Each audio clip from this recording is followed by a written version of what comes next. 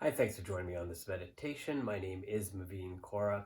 Today we'll be doing a nice seated listening meditation. We'll be listening to episode number 55 of the Here and Now podcast by Ram Dass.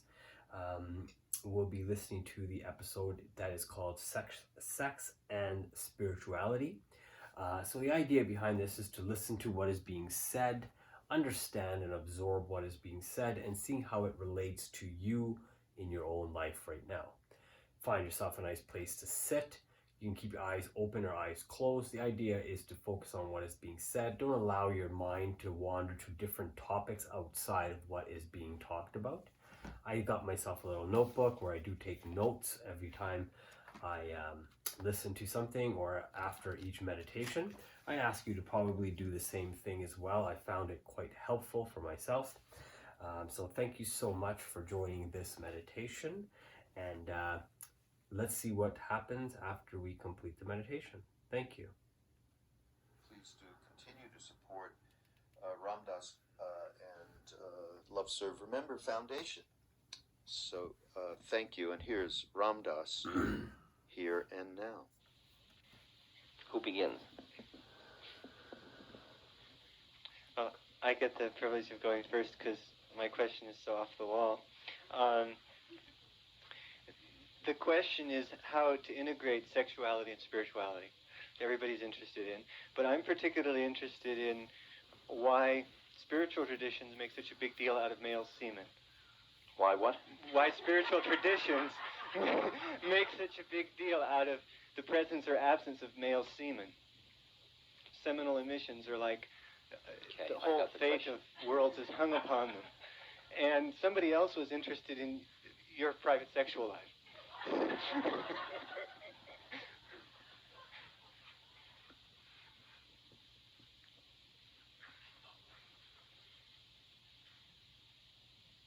In answer to the first part of your question, the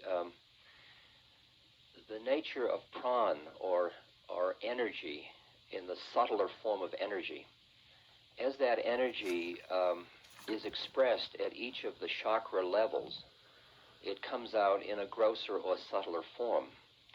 And in certain exercises that involve pranayama and working with the sushumna in the spine, the yogi brings the energy to the second chakra, and then as the ejaculation starts, draws it back in and draws it up the spine, and it takes that energy and moves it into a finer and finer energy, which is used in a transformative way. So that a lot of the feeling of horniness in our culture is that the energy comes up to the second chakra and it gets sort of stopped there. There's kind of a top on the thing, and it can't move up the spine any further because the higher chakras aren't opened and there's blockage, and then it comes out. And if it comes out in the second chakra, it often comes out as semen. If it comes out in the third chakra, it comes out as power preoccupations and control and mastery and things like that. It's just the same thing. It's the same energy. It's just how the energy is manifesting. So the whole idea of yoga in terms of energy systems is transmuting the energies that come out on one of the chakras so that all the chakras are ultimately open. But in order to do that, as a practice, you draw this energy back from the lower chakras and move it up the sushumna, or up the tract, so that it comes out and helps open the upper chakras. Like if you focus up in the ajna and keep drawing the energy up, it'll start to get very pulsing and hot, and after a while that chakra will open, and then you get all of the blessings and curses that go with that chakra. And ultimately, of course, you go to the 1,000-petal lotus, or the final opening of the chakra, and you then merge back into the one. That's all the yoga of energy, or working with the energy. Nandu, am I doing all right on this? Thank you. Because Nandu lives in that world. He works with all that stuff. He's quite evolved with that. And I at one time worked with it 25 years ago, but I don't work with that now. Okay. Well, I guess the second part of the question. Not just that, but on that question, it's like that your... Do I think it's true? Yeah. Oh, I think it's absolutely true. Absolutely. I don't think that. I mean, we are all the energy in the universe. So the idea that you're using it up, I find a little difficult, because there's plenty more where everything came from. I mean, because you know yourself that you can be dissipated, and then something happens which shifts your consciousness, and it's like you just plugged into 220 instead of 110, and you're zooming with energy. So it's just the ability to move energy between systems. The predicament is that when the energy comes out as sexual energy, it keeps reinforcing the sensual pleasure of it so intensely that it keeps capturing your consciousness, and it makes it more difficult to keep transferring it. So it is renunciation in the service of liberation from renunciation, really. It's just a strategy. It's just a strategy. It's not good or bad. It's just a strategy. But there's an abundance of energy, and I often see people that they can't move it. They can't open the energy, and I'll often encourage them to like breathe in through their pelvis and breathe out through their abdomen, and then breathe in through their abdomen and breathe out through their heart, and just keep moving up to the throat chakra and so on. Just keep moving the energy up. Okay? Because we start out after we've closed down with just roughly most everybody's functioning with the first three chakras open and everything above it. And the beginning of awakening is the beginning of the opening of the fourth chakra, as you know. And then you start, when the anahata starts to open, then the real appreciation of the ability to empathize with another person, the real quality of compassion starts to be expressed. And then there's a whole new kind of energy. And what we're talking about in Seva, and what all the groups will be talking about this afternoon, in part, is how to serve from the fourth chakra, how to integrate those things. The other part of the question. I think that you got to recognize private. Well, it's your personal opinion. I don't have any need for privacy. I mean, I want detail.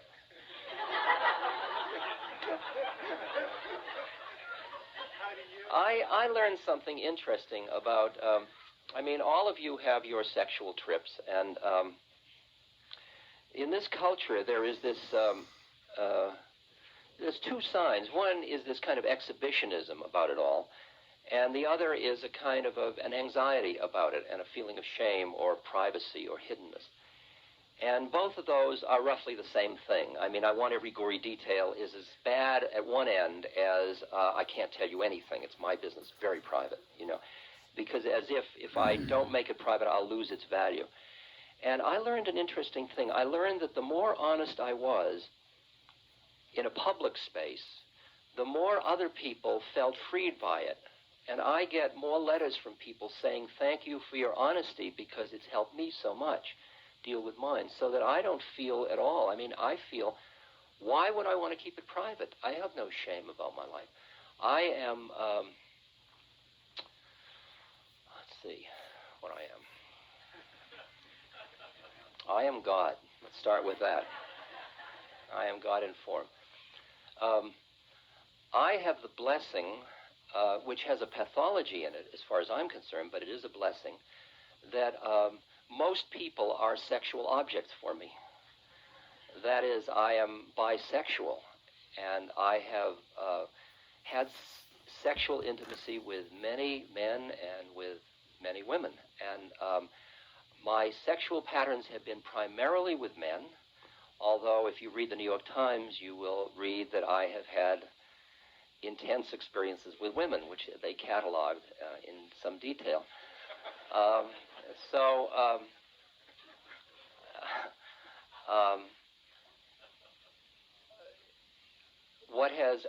There were periods when I was doing a form of sexual tantric yoga, whatever that was, where my orgasms all occurred above my head. I mean, even at the feeling of ejaculation, no semen emerged. It came up, and I experienced the orgasm up here rather than in my pelvis. That was a period of time when I was working with that kind of energy. In general, over the years, partly because of my age, the intensity of that whole domain has quieted down somewhat.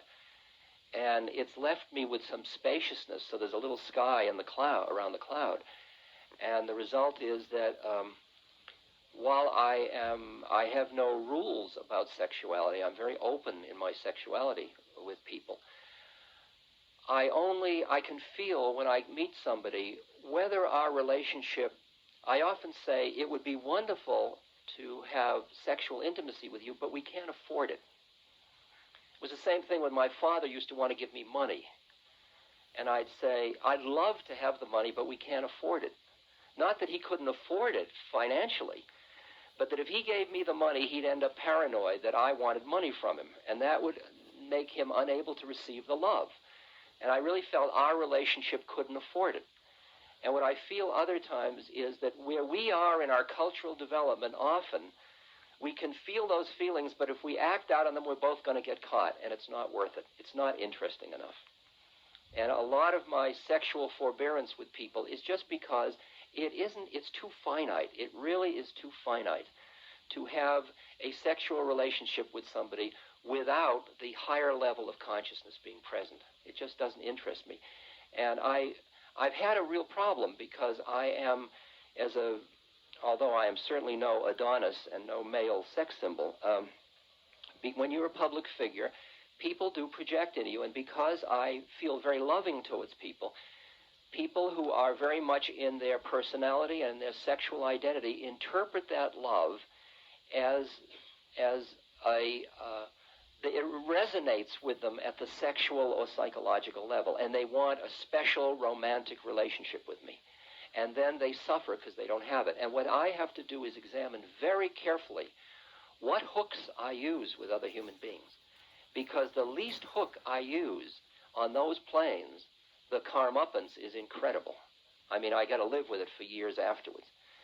And it's very interesting when you start to love people more and more, when you realize you awaken in them, and somebody has powers. That's the power of awakening, is that people start to be very attracted to you.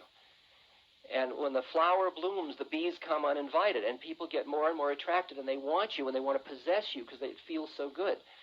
And you can get paranoid and hide, or you can just keep reiterating, this is an impersonal love. This is an impersonal love. And people say, oh, that's your pathology. Why aren't you more personal? Now, I'm not presenting myself. I have my neuroses. I mean, I'm not a father. I don't have children. I don't have a wife. And I don't see that as an admirable quality, or do I see it as a dishonorable or disadmirable quality? It's the way it is. It's my path. I don't present my path as a desirable path for other people, but I honor it. And my friends have children, and I love their children, and I love them, and I think they're getting there as fast as I'm getting there. It's not better or worse, but this is my particular path. Is that straight enough with everybody? Those that want to get up and walk out in disgust, we'll take a moment now for you to do just that, okay? Question, next question. Here. Yes, my dear. I'd like to know about the different levels of Shakti and what to do with them. The different levels of Shakti and what to do with them, which is also part of the second part of your question, too.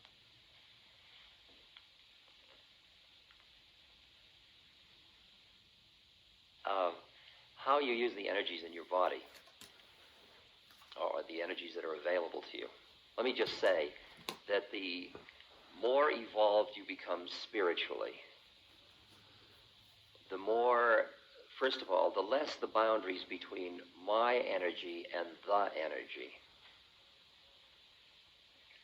And the more you understand that you're like an accountant, a sort of a chronicler of energy that is going through one particular subsystem. But your awareness isn't identified with that subsystem so much, so that your awareness is part of the energy, even though this container may be finite in which energy it works with. That's an abstraction. Now to the concrete. The energy in the system. One of the models that's often used are the chakra systems. are the 7 chakras or 7 energy centers in the body. And because of karma, because of the mind and the clingings and the nature of the karma includes more than the mind, it also includes the body chemistry. Because of that, there will be a predisposition in you at any moment for the energy to focus on one or another of the chakras. I'm doing this within the chakras. We could use other metaphors, but we'll use this one.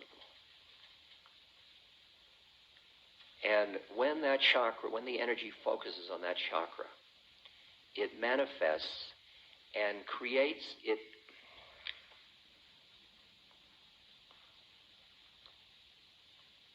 Let's see if I can describe it. I am in my 4th chakra. I'm feeling love and compassion towards everybody. But there is incompleted work in my other chakras. I'm walking down the street and an image appears. And because of something about that image, which is no different than a little duckling that is faced with a silhouette of the mother duck and it opens its mouth, at some point an image appears and it crosses my line of vision and sexual excitement occurs. In other words, what happens is immediately the energy goes from my 4th chakra to my 2nd chakra. And with it comes forth not only a feeling of energy, but the minute that energy starts, there is an entire psychological reality. In everything in the universe shifts just slightly to make the gratification at that center and the use of that energy real. So I'm walking down the street and everybody is God until that thing happens, and then suddenly I'm back in a discriminative world of I want that and I don't want that. And everything else starts to be how can I make it and how can I get that gratification. And it just shifted. I just moved from one chakra to another. And at that point, as I've said in my lectures, I will do anything when I'm in that one deeply. Like, wouldn't you like to come up and see my holy pictures? I mean, I will use my spiritual identity and everything for gratification there, you know. It's important that we go through this together. It's a tantric exercise, you know. And really, I'm just horny. And and I noticed the interesting way, I used to travel with Swami Muktananda, who was a Siddha Yoga. He had the capacity to awaken Shaktipat. In other words, he could force the Shakti to be activated with a glance, with a thought form on his mind in another person. It's a power, and you can develop that. It's like a focal point, just the way you awaken your own Kundalini. When you do pranayama to awaken Kundalini, you do breathing exercises, and then there's a point where you hold the breath, and then you focus on the bottom of the spine, right by the coccyx, and you hit it with your awareness in a certain way, and it awakens the energy, and the energy starts to climb through the sushumna, which is the spiritual psychic thing in the spine.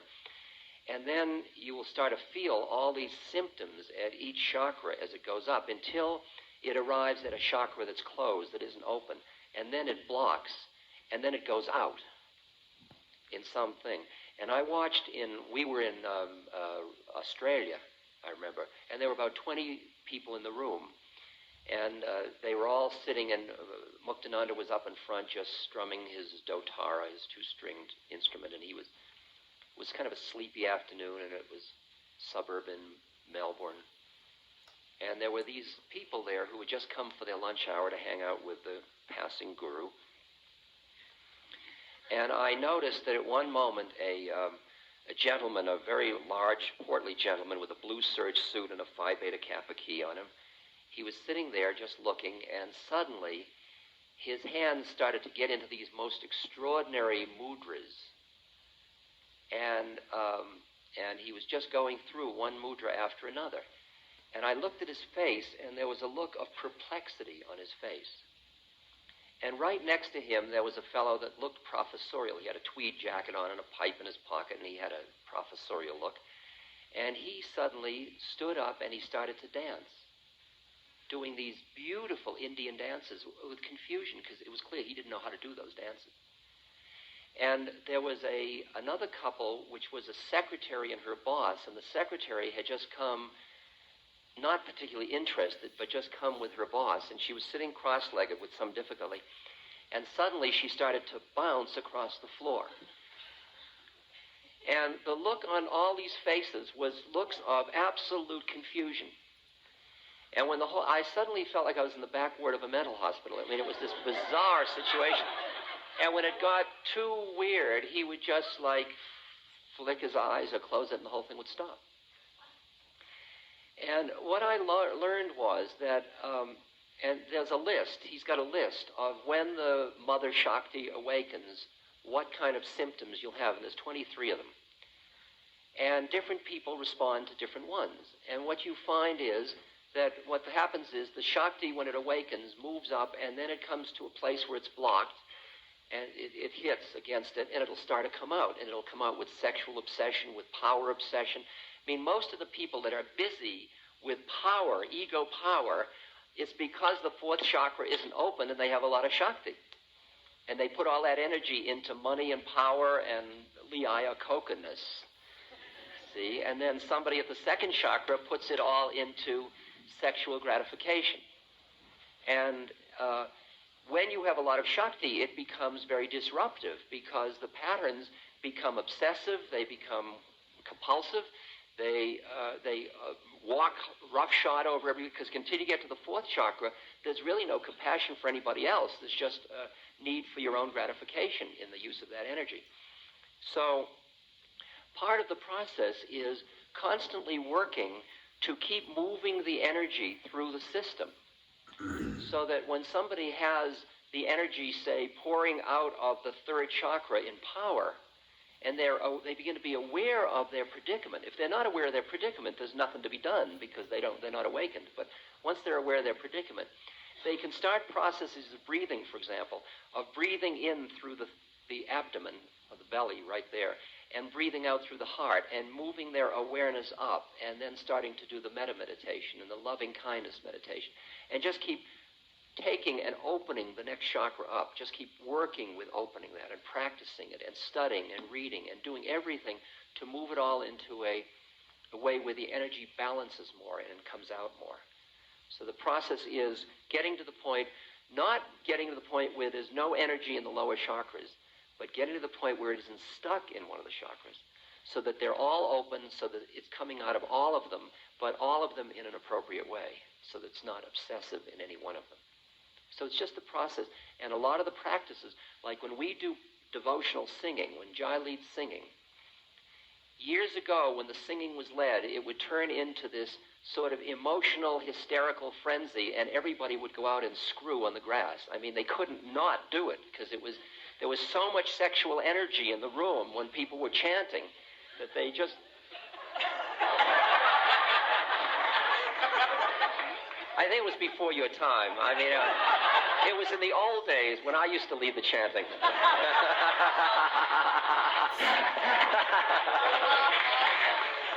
With Jai, it has never gone below the fourth chakra.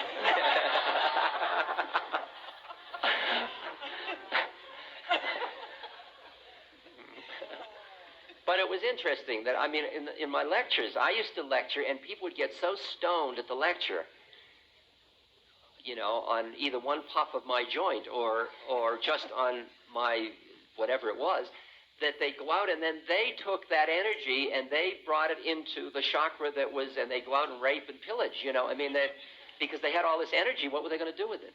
And they had the familiar ways of doing it. So what you're learning is compassionate ways of expressing your energy. And you keep working it up. And if you begin to see that when your energy is used in a way that's destructive, meaning that it creates suffering to you and other people, and creates pain of separation, all that, you want to keep working to move that energy into other ways. And I mean, you can be horny as can be, and then somebody comes down the street that really needs your help. Really needs your help. And believe me, it pulls you out of that place. And all that, oh, I'm horny and I can't have it and I don't need it. And suddenly it's not relevant. Or in the same way, going the other direction, you're really horny and you fall off a cliff. And on the way down, you're not thinking about reproducing. I mean, you go back into survival. And that's the opposite direction, but it's the same thing, that move into energy. So that in a way, Freud's right about sublimation of energy, of moving energy, and what his business is, but when he sees the sexual energy as the root energy, while the root energy is just energy. It's not sexual energy. Sexual energy is just one of the expressions of it. This podcast is brought to you by the Love Serve Remember Foundation.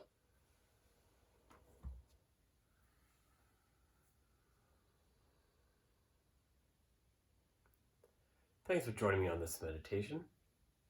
That was definitely an interesting topic and talk by Ram Dass on sex and spirituality, talking about a lot of his own experiences and his own thoughts around it, and our cultural obsession with visualization of people and things and objects, and how we react to those in a sexual way. Leave a comment below. Let me know what you thought about this talk and what you took away from this talk as well. I think one of the things I took was the last thing I wrote. I said to work on the clearing the first 1 to 3 chakra. Once that chakras are cleaned, and then really growing and working on understanding chakra 4, 5, 6, and 7. Once those chakras are understood, this is how you will be able to grow in mind, body, soul, and spirit, to think and be and grow beyond basic thought process of the day in, day out. So that's what I took from the talk. Leave a comment below. Let me know what you took. Remember to hit the like button. Remember to subscribe to the YouTube channel and help build the community around this meditation and just understanding what we're doing. As well as remember to share this talk with somebody else who you feel could benefit from a talk like this. And remember to go to the Here and Now podcast and subscribe, and definitely check out all the podcasts on there. They have been really great for myself. And of course, remember to subscribe to the YouTube channel for Ram Dass Here and Now as well. Thank you so much. Have yourself a great day.